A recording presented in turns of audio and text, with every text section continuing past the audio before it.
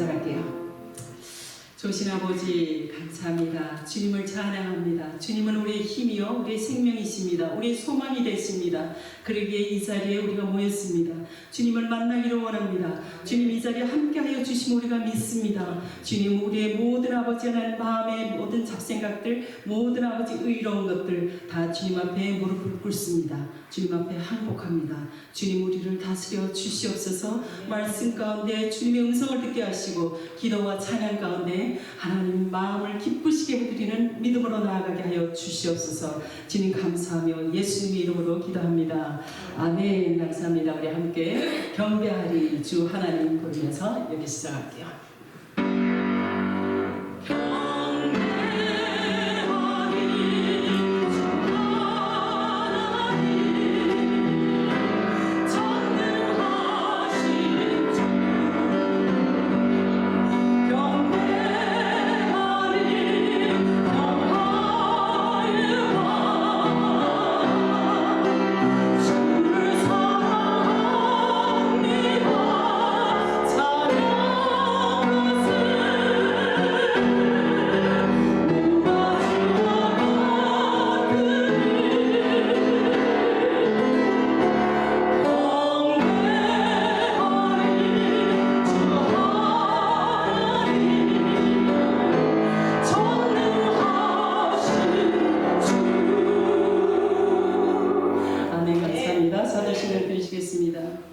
전능하사 천지를 만드신 하나님 아버지를 내가 믿사오며 그의 아들 우리 주 예수 그리스도를 믿사오며 이는 성령으로 임하사 동정녀 마리아에게 나시고 본디오 빌라도에게 고난을 받으사 십자가에 못 박혀 죽으시고 장사한지 사흘 만에 십자 가운데서 살아나시고 하늘에 오르사 전능하신 하나님의 변한 자 계시다.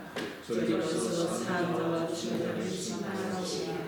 성령을 믿사오며 거룩한 공예와 성도가 서로 교통하는 것과 죄를 사하여 주시는 것과 몸이 다시 사는 것과 영원히 사는 것을 믿사옵나이다. 아멘. 감사합니다. 우리 함께 처음 불러보는 찬양입니다. 예수는 나의 힘이요. 우리 사랑하는 김혜란 지사님께서 이 곡을 지적해 주셨습니다. 네. 참여는 협력이요, 협력은 능력입니다. 우리가 만든 구호입니다. 같이 찬양에 항상 이렇게 협력을 해주시기를 간절히 바랍니다. 함께 부르실 때 하나님의 은혜가 더불어 여러분들에게 임하시기를 간절히 바랍니다.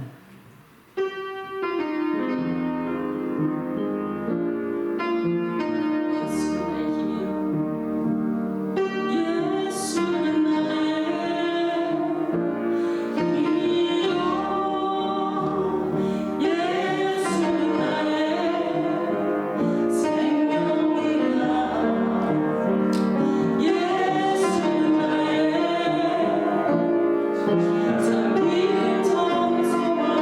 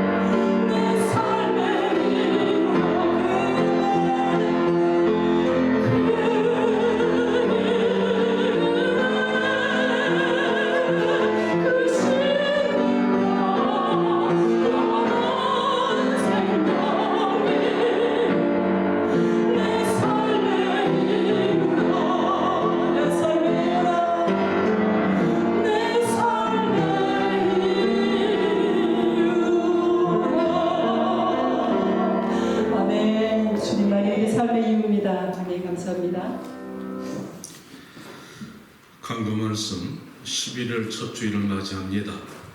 이제 한 해가 얼마 남지 않았으니까 추세 계절을 맞이해서 잘 정리해 주시기 바라고요. 이번 화요일 날이 대통령 선거일인데 이 나라 이 땅을 위해서 여러분 기도해 주시기 바랍니다. 오늘 방문하신 우리 모겐디 전도사님 가정 달라스에서 잠깐 올라왔는데요. 잠깐 일어나면 좋겠는데 환영합니다. 우리 하나님의 말씀 사도행전 2장 42절에서 47절 우리가 교독합니다. 그들이 사도의 가르침을 받아 서로 교제하고 떡을 떼며 오로지 기도하기를 힘쓰니라.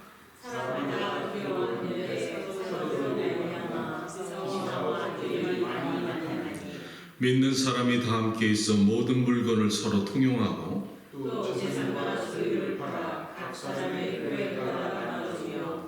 날마다 마음을 같이하여 성전에 모이기를 힘쓰고 집에서 떡을 떼며 기쁨과 순전한 마음으로 음식을 먹고 함께합니다. 하나님을 찬미하며 또 온 백성에게 칭송을 받으니 주께서 구원받는 사람을 날마다 더하게 하시니라. 아멘. 여러분과 나눌 말씀의 주제는 살아있는 교회를 갖다 여러분과 말씀을 나누고 싶습니다. 어떻게 하면 교회의 회복을 위해서 우리가 기도하고 노력할까? 우연인지 모르는데요. 여러분 기억하십니까? 살아있는 교회 이 말씀의 주제가 실제적으로 3년 전에 딱 11월 첫 주일 날 우리가 롱아일랜드에서 시작했습니다. 그리고 교회 이름을 살아있는 교회라고 제가 지었지요. 제 마음속에 정말 살아있는 교회 만들어 보고 싶었습니다. 살아 꿈틀거리는 그 하나님의 실존하시는 교회가 되길 원했는데요. 이제 그때부터 오늘날까지 함께 하신 여러분들을 주님의 이름으로 축복합니다. 오늘 성경 말씀의 배경을 갖다 먼저 우리가 잠깐 알아야 되겠는데요. 사도행전의 저자가 누구일까요? 많은 사람들이 바울로 알고 있는데 실제적으로 누가입니다. 누가가 누가복음을 갖다가 저술하고 난 후에 그 후에 사도복음을 갖다가 우리에게 이렇게 남겨주었는데 누가는 누가복음에는 예수님의 탄생과 함께 그와 함께 제자들의 삶의 여정을 갖다 말씀을 나눴고 승천하신 날까지 그때까지가 누가복음입니다. 그러고 나서 누가가 그 후에 예수님께서 부활하시고 승천하신 후에 사도들이 되어서 마가의 다락방에 성령 충만하여서 사도들이 각지로 흩어져서 복음을 전한 그 역사를 갖다 나눈 것이 사도행전입니다. 사도행전은 따라서 역사서에 가깝다는 것이지요. 오늘 이 말씀의 본문은 사도들이 초대교회를 세울 때 그 어떻게 세웠는가 4가지의 특징이 있다는 것이지요. 그런데 오늘 이 말씀의 배경을 먼저 우리가 알아야 되는데 사도행전 1장 2장까지 간략하게 여러분에게 설명을 해보면은 예수님께서 승천하신 후에 나타나는 그 말씀인데 바로 직전에 예수님께서 제자들에게 이렇게 말씀하십니다. 대단히 중요한 건데요. 제자의 삶에서 사도가 되기까지 중간에 마침내 예수님께서 너희는 반드시 이 과정을 끝나지 않으면 사도가 될 수 없다는 그 조건이 있었습니다. 그때 예수님께서 승천하시기 직전에 제자들에게 말씀하시기를 너희는 예루살렘을 떠나지 마. 그리고 하나님께서 너에게 주신 약속하신 것을 받을 때까지 떠나지 마라. 요한은 물론 너희에게 세례를 주었지만은 너희는 몇 날이 못 되어서 무엇을 선물로 받으리라? 성령을. 성령을 선물로 받을 것이란 말입니다. 이 선물은 주는 자가 있고 받는 자가 있겠죠. 근데 그 성령은 제자들이 그때까지만 해도 성령이 무엇인지 몰랐습니다. 단지 예수님께서 이것을 받을 때까지 내가 너희에게 졸업장을 주지 않을까 이 말과 똑같습니다.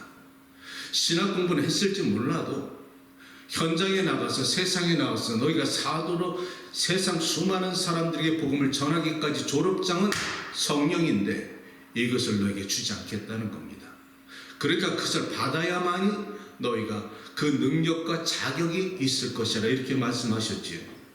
그리고 나서 예수님께서 말씀하시기를 오직 성령이 너희에게 임하시면 너희가 권능을 받고 예루살렘과 유다와 사마리아 땅끝까지 이르러 내 증인이 될 것이니라. 성령 받으면 권능이 생기는 것이나 그때 알았다는 것입니다. 그런데 제자들이 실제적으로 이 성령이 어떻게 임하시는지 몰랐다는 것이지요. 그리고 예수님께서는 제자들이 보는 가운데서 감람산에서 하늘로 승천하실 때 구름이 가려워지더라 이렇게 말하니까 그것을 바라본 제자들이 넉넉히 바라보고 있을 때 흰옷 입은 천사들이 주변에서 말하기를 갈릴리 사람들아 무엇을 바라보느냐? 저가 저렇게 올라갔은 장차 저렇게 내려오실 것이니라. 아멘. 올라가셨으니까 내려오시겠지요. 재림의 사건을 말하고 있다는 겁니다. 그때서야 제자들이 비로소 인생이 영원히 끝나는 것이 아니구나 그때 알았다는 겁니다. 예수님이 부활하신 것도 알았지만은 승천하신 것을 바라보니까 우리도 장차 하늘나라에 갈 수 있는 소망이 생겼구나 이것을 갖다가 깨달았다는 겁니다. 그런데 중요한 것은 기적이란 말이죠. 예수님이 부활하신 것도 봤단 말이죠. 손가락도 집어넣어 봤어요. 그런데도 왜 예수님은 제자들에게 요거 받기 전엔 꼼짝하지 마 그러셨을까? 기적만 체험해도 우리가 충분하지 않을까요? 그런데 안 그렇더라고요. 내가 성령 사역을 하면서 수많은 사람들이 성령 충만받고 기적을 체험하고도 인생 변하지 않더라고요. 놀라운 기적은 우리가 하나님을 갖다 만나고 우리가 하나님이 실존하신 것은 알 수는 있어요. 그런데 그 기적과 성령 충만이 내 안에 들어와야지 변화된다는 거예요. 구경하는 것으로는 되지 않는다는 겁니다. 제자들은 그때까지만 해도 기적을 봤습니다. 그런데 그들의 인격의 변화는 없더라는 거예요. 예를 들어서 아마 성경에 가장 그 기적을 체험하지 가장 많이 한 사람들이 이스라엘 백성들이었을 겁니다. 그들이 출애굽하기 바로 직전에 하나님께서 그 바로에게 악한 마음을 허락하셔서 10가지 재앙을 그 이스라엘 민족만큼 본 사람 없어요. 더군다나 홍해를 갖다 가른 하나님의 그 기적은 자신들이 홍해를 지났어. 그리고 광야 땅 들어갔어. 물이 없었는데 반석에 물이 터지게 하시고 그것을 배고프다 하니까 하나님께 메추라기를 보내서 먹이게 하시고 하늘에서 신령한 만나가 내려와서 아침마다 주워갖고 먹었다는 거예요. 그런데 이 민족은 변하지 않는다는 거예요. 지도자만 잠시만 사라지면 왜 우리를 여기까지 끄집어냈느냐? 차라리 애굽에 있었으면 좋았을 뻔했다. 하나님의 임재가 잠시만 사라지면 그들이 흔들려가지고 우상을 만들고 하나님의 마음을 갖다 상처를 준 것이 이스라엘 민족이란 말이에요. 다시 말해서 기적은 하나님을 알 수는 있어. 실존하신 하나님을 볼 수는 있고 체험할 수는 있지만 인격의 변화는 안 된다는 거예요. 자, 그래서 예수님이 말씀하시는 거예요. 제자들아, 너희는 기적은 받고 내가 너희와 3년 동안 수많은 것을 봤지만은 너희가 세상에 나가서 능력과 담대히 살아가기에는 안 돼. 기적 갖고는 안 돼. 그러니까 그 약속하신 성령을 받을 때까지 있으라는 거예요. 그때가 예수님이 십자가에 돌아가신 것이 6월절 바로 예비일이라. 6월절 바로 예비일에서 50일이 되면은 그때가 오순절 그 감사절기라는 말입니다. 그리고 예수님께서 다시 부활하셔서 40일 동안 제자들과 함께 있었고 이제 열흘 사이 그 사이에 이 사건이 터진 것이죠. 그때 제자들이 예수님을 올라가신 것을 보고 나서 감람산에서 가까운 마가의 다락방에 와가지고 저들이 120명이 간절히 기도하기 시작했다는 겁니다. 잘 들으시기 바랍니다. 대략 7일간의 시간이 있었지 않았을까 이렇게 생각되는데요. 이 제자들이 모여서 기도할 때 오순절 절기, 감사 절기에 그 철야기도 했던 것 같아요. 아침에 베드로가 이스라엘 민족에게 말했으니까 철야기도 하다 새벽에 갑자기 하늘문이 열렸어. 갑자기 성령은 갑자기 오십니다. 아멘. 우리가 포기하지 않고 매달려 기도할 때 갑자기 임하시는 게 성령이십니다. 그런데 하늘로부터 급하고 강한 바람 같은 소리가 있어서 마가의 다락방에 가득하니 사람들이 몸이 떨기 시작하고 집안이 진동하는 것처럼 움직이기 시작하고 하늘로부터 불이 떨어지는데 내려올 때는 한 덩어리였다는 겁니다. 그러니까 갈라졌다 말하는 것이지. 120명에게 내려올 때는 한 덩어리였는데 갑자기 120명에게 갈라져서 전체에게 임하시기 시작하니 120명이 갑자기 다른 나라 방언으로 말하기 시작하더라 이 말입니다.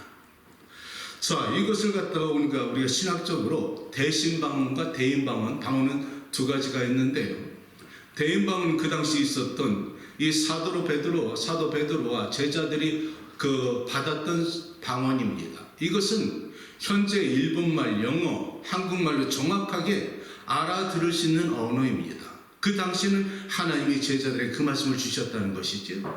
오늘날 우리가 흔히 하는 방언은 대신방언입니다. 나와 하나님과의 관계 속에서 하는 방언이기 때문에 나도 이해하지 못해요. 그리고 귀신도 알아듣지 못해.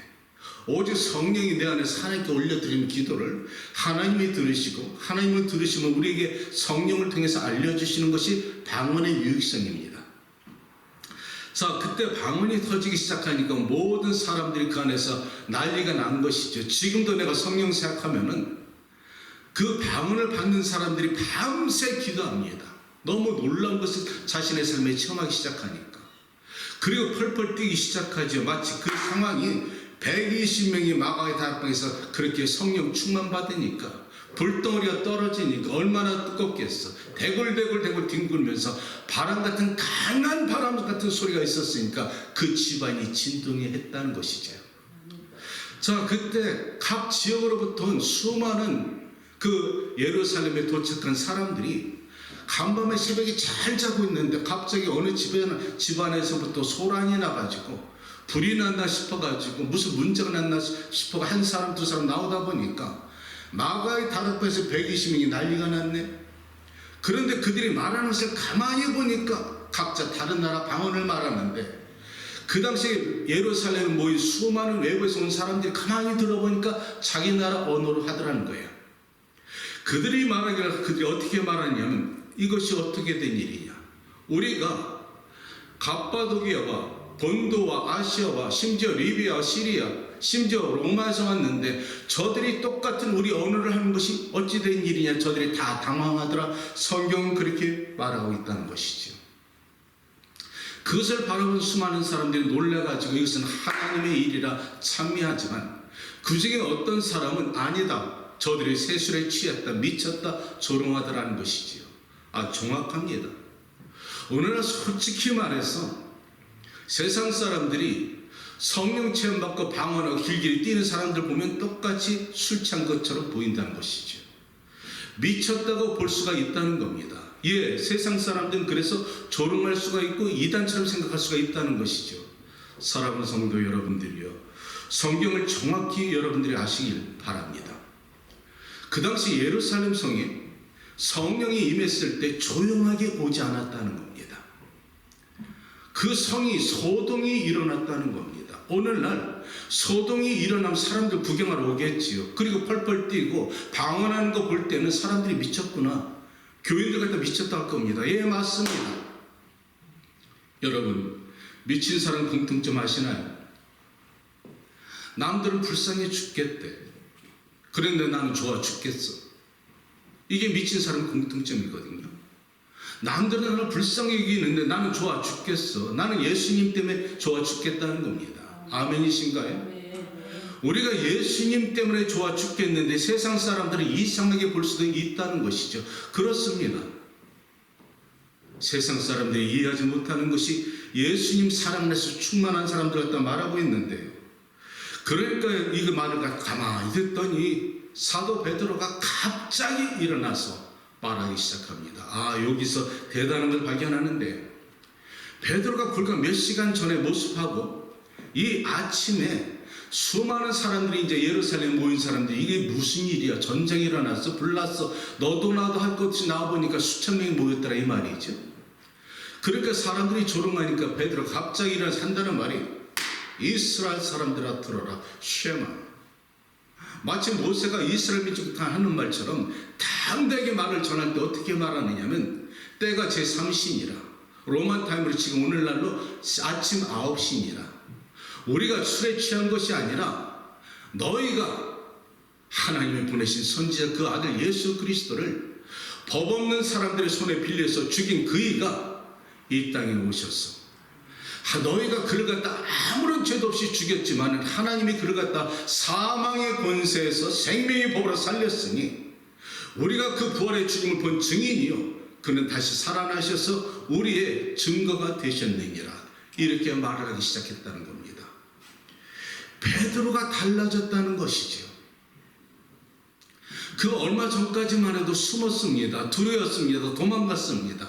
예수님이 십자가에 돌아가실 때는 요만 빼놓고 다 도망갔었는데, 베드로가 수천 명 앞에 갑자기 말하는데 그 말에 권세가 있더라. 아멘. 그 말에 권위가 있고 당당하게 말에 힘이 있더라는 것이죠. 무엇 때문에 변했을까요? 성령입니다. 그래서 예수님이 말씀한 거예요.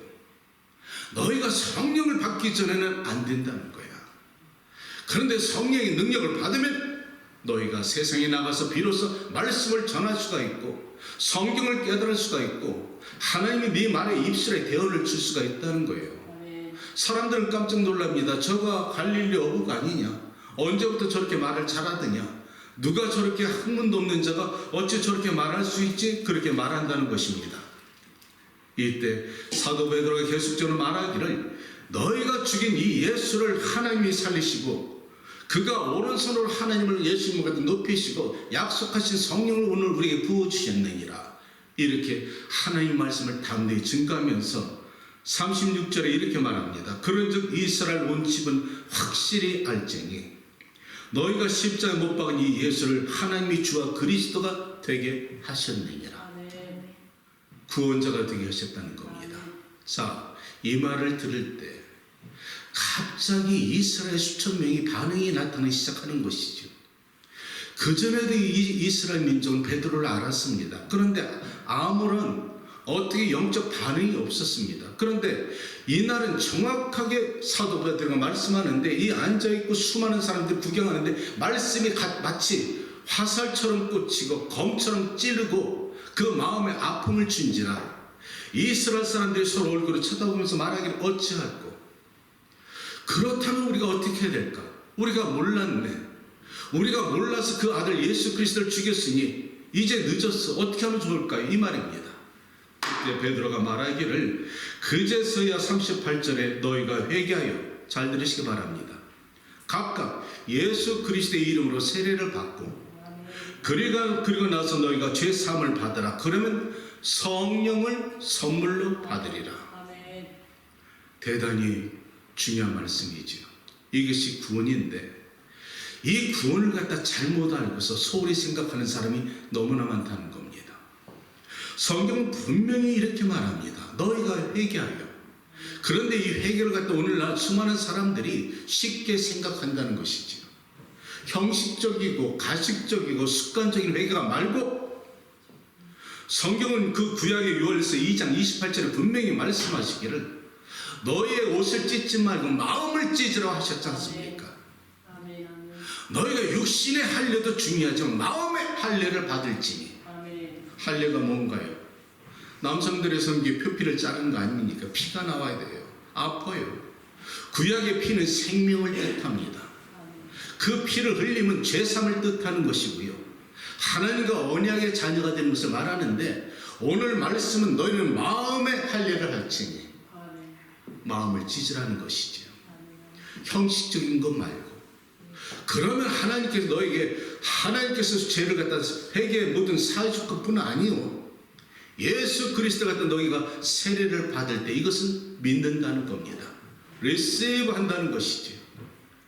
사랑하는 성도 여러분들이요. 그래서 내가 가슴을 찢는 것처럼 회개하고 가슴을 찢는 것처럼 내 안에 들어오시고 나의 왕이 되어주시고 나의 하나님이 되달라는 것은 감동과 감격이 없이는 안 된다는 겁니다. 이게 가식적으로 되겠느냐고, 형식적으로 되겠느냐고. 내가 마음을 찢고 그분을 전인격적으로 영접하는데 그때서야 하나님은 영을 감찰하시고 각 사람의 심령을 감찰하시고 하나님의 영이 그제서 내 안에 들어서 하나로 연합되어서 거듭남의 생명이 그때부터 있다는 겁니다. 이 말을 들은 이스라엘의 수천 명이 그 말씀을 듣거나 그 시간에 회개하고 시작하고 예수 그리스도를 믿고 그날에 세례를 받으니 그 수가 3,000명이나 되더라. 아멘. 이것이 교회의 시작이라는 것입니다. 이것이 갑자기 수천 명이 회개하고 나서 예루살렘 성에 공동체가 시작됐다는 것이죠. 사랑하는 성도 여러분들이요. 우리가 예배를 갖다 시작하고 하나님의 자녀가 시작되기 전에 반드시 필요한 것은 성령의 충만을 받아야 된다는 겁니다. 오늘날 목회자는 당연한 것이겠지만은 성도들도 성령 충만해야지 여러분의 삶에 능력이 나타난다는 것이지요. 성령의 은사는 대략 고린도전서에 9가지가 있는데 잘 들어보세요. 여러분 분명히 하나님 주신 은사가 있습니다. 지혜와 지식과 믿음과 병 고치는 은사와 능력과 영분별과 예언과 그리고 방언과 통변이 있습니다. 여러분은 방언하지 않아도 여러분 가운데 지혜를 받는 사람이 있습니다. 여러분이 갑자기 방언하지 않아도 어느 날 갑자기 성령께서 내 내면에 찾아오셔서 말씀을 깨닫는 은사를 줄 때가 있습니다. 이것이 지식의 은사입니다. 어느 날 갑자기 내 안에 사랑이 생기기 시작합니다. 말씀이 믿어지기 시작합니다. 이것이 믿음의 은사입니다. 그러니까 우리가 꼭 굳이 방언만 하지 않아도 하나님 각 사람의 심령을 감찰하시고 그 사람에 필요한 은사를 주신다는 것이죠. 그렇기 때문에 여러분이 되도록이면 은사를 사모하라는 것입니다. 사도 바울은 스스로 말하기를 나는 남보다 많은 은사를 받았음을 감사하노라. 아멘. 특별히 오늘 이 말씀은 사실 목회자들에게 주시는 말씀인데 성령 충만하지 않고서는 하나님의 말씀을 대언하지 말라는 것이죠. 자, 이렇게 해서 오늘날 사도들이 초대교회가 시작된 것입니다. 수천 명이 모였으니까 공동체가 모였으니까 장소가 필요했겠죠. 장소가 필요한 것뿐 아니라 이제 그 사람들을 갖다 가르치고 훈련시키시고 그리고 구제하고 선교하는 그런 조직이 필요했습니다. 이것이 초대교회의 시작이라는 것이죠. 그리고 오늘 본문 말씀에 들어갑니다. 그때 그들이 사도들의 가르침을 받았더라. 아멘. 교회는 4가지가 꼭 필요합니다. 가르침이 필요합니다. 여러분이 말씀을 배워야 된다는 것이지요. 배움이 없이는 하나님의 말씀의 믿음이 나타나지 않는다는 것입니다. 믿음은 들음에서 나고 들음은 하나님의 말씀으로부터 오느니라. 여러분이 믿음을 주셔야만 말씀을 보라는 겁니다. 성전에서 드려지는 말씀을 통해서 여러분이 듣고 말씀의 은혜를 받고 아멘으로 화답할 때 그 아멘의 뜻은 동의합니다. 인정합니다. 이 뜻입니다. 여러분 놀란 것은 이 단위에서 목회자가 성령이 충만해서 말씀을 전할 때 여러분이 아멘 할 때 동의합니다. 이 뜻이거든요. 이 아멘 할 때 어떤 역사가 일어나는 줄 아십니까? 그 내면에 아멘 할 때마다 씨가 떨어집니다. 스며든다는 것이지요. 이 말씀이 나도 모르게 아멘 하다 보면 날마다 내 안에 말씀이 스며들어서 말씀을 깨닫는 은혜가 저들에게 임하기 시작했다는 것이죠. 교회는 배우는 교회가 되어야 됩니다. 목사는 분명히 이 거룩한 제단에 서서 말씀을 전할 때 하나님의 그 성령의 충만함 받아서 말씀이 내 안에 심장을 통과하고 내가 먼저 은혜 받고 은혜 받은 이 하나님의 말씀 내가 감동을 통해서 여러분이 흘러나갈 때 여러분에게 능력이 나타납니다. 내가 어떤 말씀을 카피하거나 어디서 주워 듣고 나서 그럴듯하게 할 수는 있지만은, 만약 그렇게 여러분에게 전달한다면 여러분 듣기는 좋을 수 있을지만은 마음에 감동이 없다는 것이죠. 하나님의 말씀 분명히 목회자에게 성령 충만해서 하나님의 감동을 통해서 말씀에 대언할 때 여러분이 찔림이 있고 말씀에 도전을 받고 임팩을 받아서 세상에 나도 저렇게 살아봐야겠다는 그런 감동이 여러분에게 나타나야 된다는 것이지. 두 번째는 이렇게 말씀이 전달되면 이 말씀을 갖다 주일날 말씀 듣고 각 집에 돌아가서 자녀들을 가르치는 가정교회가 시작돼야 된다는 것이죠. 예배를 통해서 말씀 받고 나서 자녀들에게 말씀을 전하는 가정교회가 아름다운 교회로 성장할 수 있다는 것이죠. 그리고 여러분은 분명히 말씀을 주야로 묵상해야 됩니다. 그것이 능력이 되는데, 그래서 제가 여러분들에게 새벽에 항상 올려드리는 말씀을 여러분들이 형식적으로 지나갈지는 몰라도 할 수 있던 그 말씀을 묵상하고 하루 종일 한번 실천하면은 여러분의 삶에는 분명히 능력이 나타날 줄 믿습니다. 자, 두 번째 교회의 특징은 뭐라고 나타나냐면, 그 믿는 사람이 다 함께 있어 모든 물건을 서로 통용하고 46절, 5절, 또 재산과 소유를 팔아 각 사람의 필요를 따라 나눠주더라. 이것이 돌보는 교회, 교제하는 교회, 펠로십, 헬라 말로는 코이노니아라 합니다. 자, 교회는 가르치는 것도 중요하지만 성도들이 이렇게 모여가지고 예배가 끝나면 서로 떡을 떼면서 나누면서 구제하고 또 사랑의 교제를 나누라는 것이죠. 그런데 여러분, 오늘날 교회가 어떻습니까? 친교할 때 그렇게 사랑이 철철 서로 넘치고 이해하고 사랑하고 또 보고 싶은가요? 오늘날 교회의 이 자정 능력을 잃어버린 것은 바로 이것입니다. 은혜가 떨어지면은 내 기준으로 사람들을 바라봅니다. 그런데 내 안에 성령 충만한 은혜 받으면 누가 말하지 않아도 다 이뻐. 내가 충만한 은혜 많으면 다 사랑스러워 보이고, 누가 나에게 뭘까 씹어도 그것이 이해가 돼. 덮어진다는 거예요. 그런데 마음이 쩍쩍 갈라지고 메말르니까 누가 나한테 한마디 하면 그것을 꽁 하고서 용서를 못하는 거지. 당시 초대교회는 왜 이렇게 펠로십이 잘 됐을까? 성령 충만했다는 거야. 아멘. 그러니까 그들은 예수님이 곧 재림하실 줄 알고 자기들이 어떤 사람은 재산을 팔아다가 사도들 앞에 갖다 두니, 거기에 바나바 같은 사람도 있어가지고 사도들이 그 재산을 모두 팔아가지고 서로 공동체 안에서 가난한 사람이 나눠주고 필요한 것을 나눠주고 통용하기 시작했다는 거지. 한마디로 천국이 이루어진 거야. 그런 천국이 이루어지니까 그 외부에 있는 사람들이 가만히 보니까 너무나 아름다운 것이죠. 야, 크리스찬들 정말 멋있네. 정말 아름답게 사네 하니까 이들이 가만히 말을 전하지 않아도 날마다 모이더라 성경은 말하고 있다는 것이죠. 성도 여러분들이요, 내가 변하지 않으면 상대가 다 부족해 보이고 마땅해 보이질 않습니다. 우리가 교인들끼리 서로 우리가 이해해야 되는 것은 전부 개성이 다릅니다. 여러 다양한 모습들끼리 모여가지고 있기 때문에 성격이 다르지요. 환경이 다르지요. 또 어떤 사람은 과부지요. 고아지요. 어떤 사람은 이혼한 사람도 있지요. 어떤 사람은 풍요롭죠. 이 공동체에 모여가지고 이 사람들이 하나로 사랑되기는 사랑이 없으면 어렵다는 거예요. 그렇기 때문에 성경이 이렇게 말하는 것이죠. 은혜 받고 성령 충만 받아라. 그러면 허물이 덮어진다는 겁니다. 자, 솔로몬이 성전을 지을 때 한번 예를 들어 봅시다. 솔로몬이 성전을 지었습니다. 지붕만 지었던가요? 기둥 필요했겠지.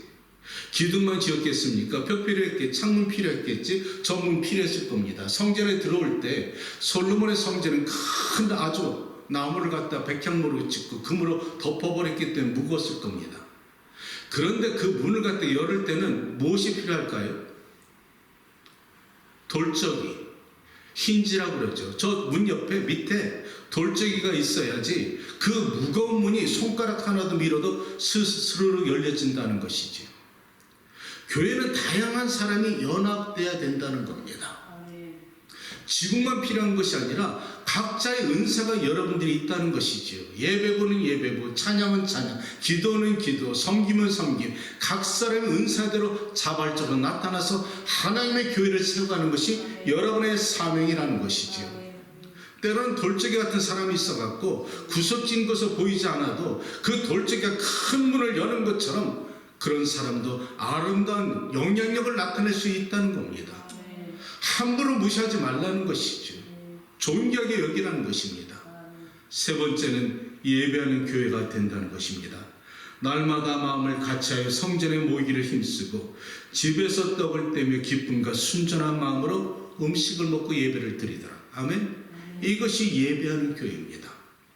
오늘날 하나님은 반드시 교회에 나올 때 하나님의 성전에 백성들이 스스로 자발적으로 시간과 자기의 모든 것을 희생하며 나와서 예배 드리는 여러분의 모습처럼 이렇게 나와서 예배를 드리는 것을 하나님은 사랑한다는 것이지요. 아멘. 이 예배를 통하여서 찬양과 경배와 기도와 또 말씀과 또 드려지는 헌물을 통해서 하나님께 기뻐 받으시면서 여러분의 이 말씀을 통해서 은혜를 받고 나가서 세상에 6일 동안 선교지 세상에 나가서 싸워 승리해야 된다는 것이죠. 그런데 6일 동안에 세상에 싸우려면 능력이 있어야 되는데 말씀의 은혜를 받고 열심히 하고 나가야 되는데 능력도 제대로 체험받지 못하고 세상에 나가서 싸우려니까 주말쯤 되면은 세상에 마귀한테 터져가고 멍들고 상처받고 교회에 지쳐 돌아오는 교인들이 얼마나 많으냐 이 말입니다. 주일날 말씀도 은혜가 안 되면 부족하면 새벽 말씀 큐티를 통해서 충만받으라는 것입니다. 하나님은 여러분에게 예수 그리스도의 이름의 권세를 주셨으니 여러분이 말씀을 통해서 세상에 나가서 능력있게 살아가시라는 것이죠. 마지막은 전도하는 교회입니다. 47절이죠. 하나님을 찬미하며 또 온 백성에게 칭송을 받으니 주께서 구원받는 사람을 날마다 더하게 하시니라. 이것은 말씀의 복음이 아닙니다. 잘 들으시기 바랍니다. 복음의 의는 예수 그리스도의 십자가 부활이 증거되어야 됩니다. 그런데 오늘 이 말씀에서 우리가 깨닫는 것은 하나님을 이스라엘 백성들이 수천 명의 세례를 받고 찬양하니까 외부 사람들이 가만히 보니까 너무나 아름다우니까 스스로 자발적으로 교회를 찾아왔다는 것입니다. 이것이 무언의 전도지요. 나는 여러분들의 모습을 보고 누군가가 집사님, 아무개 사장님, 아무개 씨 뭐가 달라졌는데? 이전과 같지 않은데? 무슨 일이 있어요? 여러분이 달라진 모습을 세상 사람들이 여러분에게 질문하기를 축복합니다. 그러면 여러분들이 스스로 사실 내가 변화받은 것은 내가 이제 알지 못했던 하나님을 만나고 나서 이 하나님이 살아계신 것을 내가 체험했습니다. 그리고 내가 죽어서 썩어질 내가 육신인 줄 알았더니 내게 하나님이 약속하신 보혜사 성령께서 내가 죽어도 영생의 소망을 있다면서 이제 내가 믿었습니다. 이것이 전도란 말이에요. 아멘. 이 전도가 진짜 전도라는 것이지. 내 삶의 모습을 통해서 초대교회 교인들은 그렇게 보여줬다는 것이지요. 어떤 청년들이 저한테 이렇게 말합니다. 목사님, 하나님 보여주세요. 아니, 보이지 않는 하나님 왜 자꾸만 나보고 믿으라 합니까? 짜증내는 사람 있지요. 저는 그들에게 이렇게 말합니다. 주저없이 말합니다. 네 말대로 보이는 하나님, 보이지 않는 보이는 하나님을 내가 너한테 보여줄 수 있다면 난 그 하나님 안 믿어. 보이지 않으니까 나는 믿어. 아멘. 세상에 보이는 우상처럼 불상을 만들어 놓고 우상 만들어 놓고 그 앞에 가서 제사를 지내고 신사 참배하는 것처럼 그렇게 하는 그 우상이라면 나는 안 믿어. 하나님의 형상을 만들 수가 없는 하나님이기 때문에 하나님은 스스로 나는 나야. 그리고 하나님은 나를 형상을 만들지 말라 하셨어. 그분은 내가 생각과 깊이와 넓이와 측량할 수 없기 때문에 다른 차원에 계신 하나님이기 때문에 내가 그래서 믿어. 아멘. 그러면 전 청년에게 그렇게 말합니다. 혹시 친엄마, 지금 엄마 계셔? 예. 친엄마 맞아? 그러면 짜증내죠. 아이고 무슨 소리 그렇게 하세요? 내 엄마가 친엄마가 아니라면 누굽니까?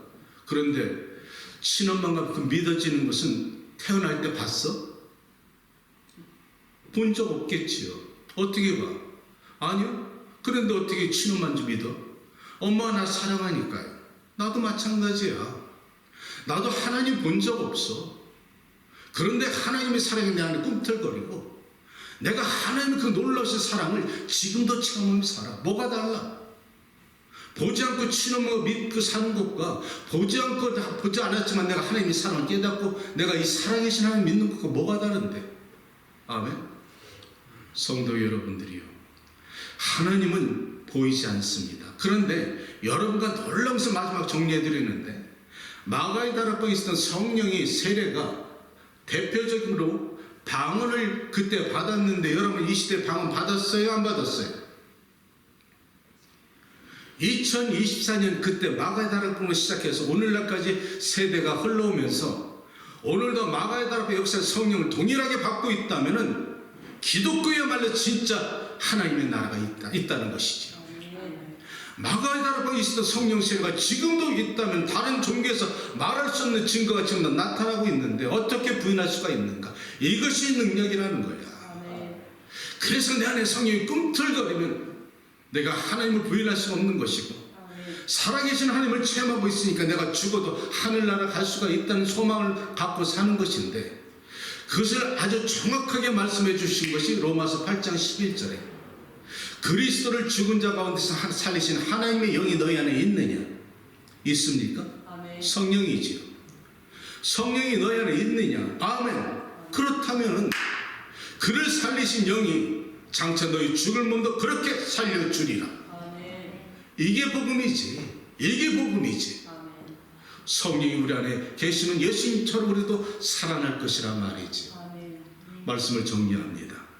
신앙에도 의리가 있어야 됩니다. 신앙에도 힘이 있어야 되는데요, 사실 여러분, 이 믿음이 여러분의 가정 속에서 나타날 뿐 아니라 또 여러분의 실생활에 성령 충만하시고, 오늘날 교회가 왜 자진 능력을 잃었을까? 이 네 가지 회복하고 성령 충만하면 오늘 교회는 분명히 살아있는 교회로 나타날 줄 믿습니다. 힐링교회 앞으로 존재하는 목적은 그래도 작은 공동체일지라도 저는 이 힐링교회 성도 여러분들이 살아있는 성도들, 살아있는 하나님의 교회가 세워지기를 주님의 이름으로 축복합니다. 주님 감사합니다.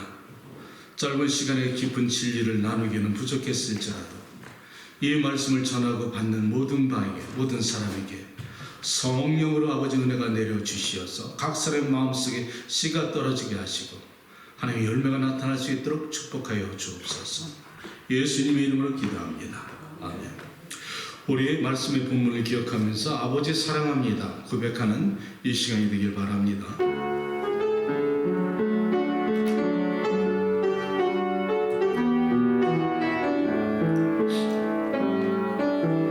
아버지 사랑합니다. 아버지 사랑합니다. 아버지 경배합니다. 아버지 채워주소서 당신의 사랑으로. 예수님 사랑합니다.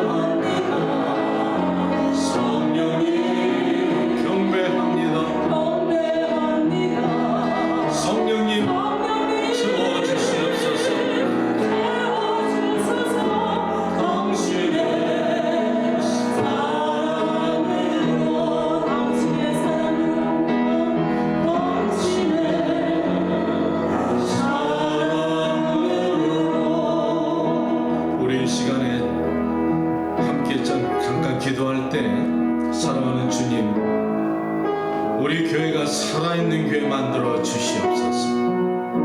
내가 존재만으로 살아가는 것이 아니라 삶의 의미와 목적을 분명히 갖고 내 가정교회를 세우게 하시고 자녀들의 믿음을 갖다 세우게 도와주시며 하나님의 나라가 이 땅에 세워지는 한 사람이 되기를 원합니다. 하나님, 내가 교회 하나의 한 부분을 갖다 맡아서 충성하시게 도와주시고 주신 그 직분에 그 자리에 보이지 않게 돌적인 역할을 하게 도와주시옵소서. 이름 없이 빛도 없이 그 사명 잘 감당할 수 있는 성도 만들어 주시옵소서. 주님, 이 미국이 곧 아버지 대선이 있습니다. 한 나라의 왕을 세우고 나라를 갖다 아버지 세우는 것도 하나님이 간섭하심이 있을 줄로 믿사오니 하나님, 이 미국을 지켜주시고 내 나라 조국도 지켜주시고 내 자녀들이 이 아름다운 미국에서 신앙의 나라에서 자손 대대로 믿음의 가문으로 살아갈 수 있도록 이 땅을 축복하여 주시옵소서.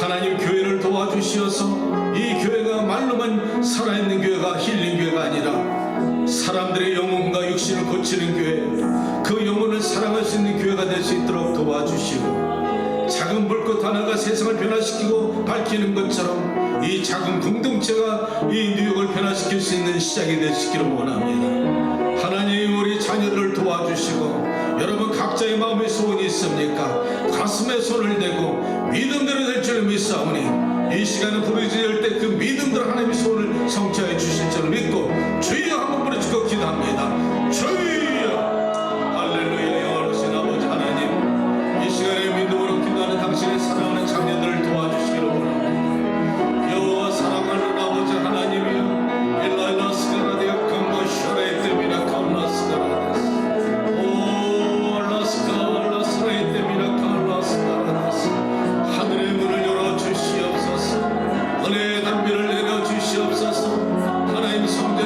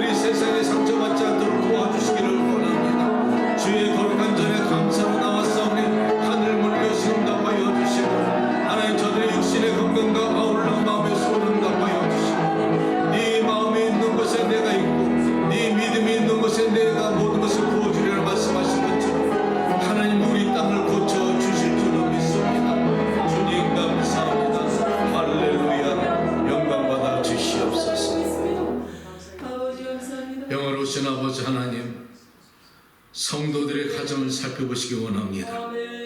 하나님, 주의 백성들이 고개를 숙였사오니 각 가정마다 문제를 발견하여 주시고 스스로 능력을 할 수 없는 그 문제를 해결하여 주시고 하나님이시니 내 아버지시니 구해 주실 줄로 믿습니다.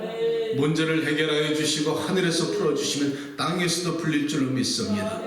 우리 자녀들에게 믿음을 더하여 주시어서 이 땅에서 마귀의 조종에 따라가지 말게 하시고 구별된 하나님의 자녀로 살아갈 수 있도록 특별히 감찰하여 주시어서 악의 권세에서 지켜주시고 믿음의 자녀들이 될 수 있도록 붙잡아 주시기를 원하고 소원합니다. 오늘 교회가 교회다운 교회가 되게 하시고 살아있는 교회의 특징을 갖다 말씀을 나눴사오니 이 말씀대로 교회의 우리 각자의 위치에서 최선을 다해서 섬길 때 하나님의 나라가 세워질 줄로 믿사오니 서로 사랑하게 하시고 서로 권면하며 서로 아버지 하나님 기쁨과 순전한 마음으로 떡을 떼는 공동체로 만들어 주시옵소서. 거룩한 제단에 나올 때 감사의 물질을 드리고 왔습니다. 하나님 또한 10의 일지로 올려드립니다. 모든 물질이 하나님께로 오는 것을 인정하면서 하나님 모든 주권자인 하나님께 감사하는 마음으로 물질을 드렸사오니 오늘도 금쟁반에 받아주시고 주의 제단에 분양하여 주시어서 하늘에서 받으시고 축복하여 주시옵소서. 하나님의 나라가 이 땅에 임하시길 원합니다. 주의 가정들을 축복하여 주시길 원합니다. 자리에서 일어나시기 바랍니다. 축도합니다. 지금은 우리를 죄에서 구원하시고 우리를 사망의 권세에서 생명의 법으로 인도하신 나사렛 예수 그리스도의 은혜로우신 보혈의 능력과 그 아들을 아낌없이 우리에게 주신 하나님의 지극하신 사랑과 우리 안에 지금도 함께 계시며 우리를 인도하신 성령의 감동 감화 교통하시니 이 자리에 고개 숙인 당신의 사랑하는 권속과 가정과 자녀와 또 저들이 앞으로 살아가는 모든 현실 속에서 또 지금 전쟁을 고통받고 있는 수많은 전쟁터와 또 북녘 땅과 또 아버지 말씀이 전파된 마지막 종족들까지 지금부터 영원까지 함께 계실지어다.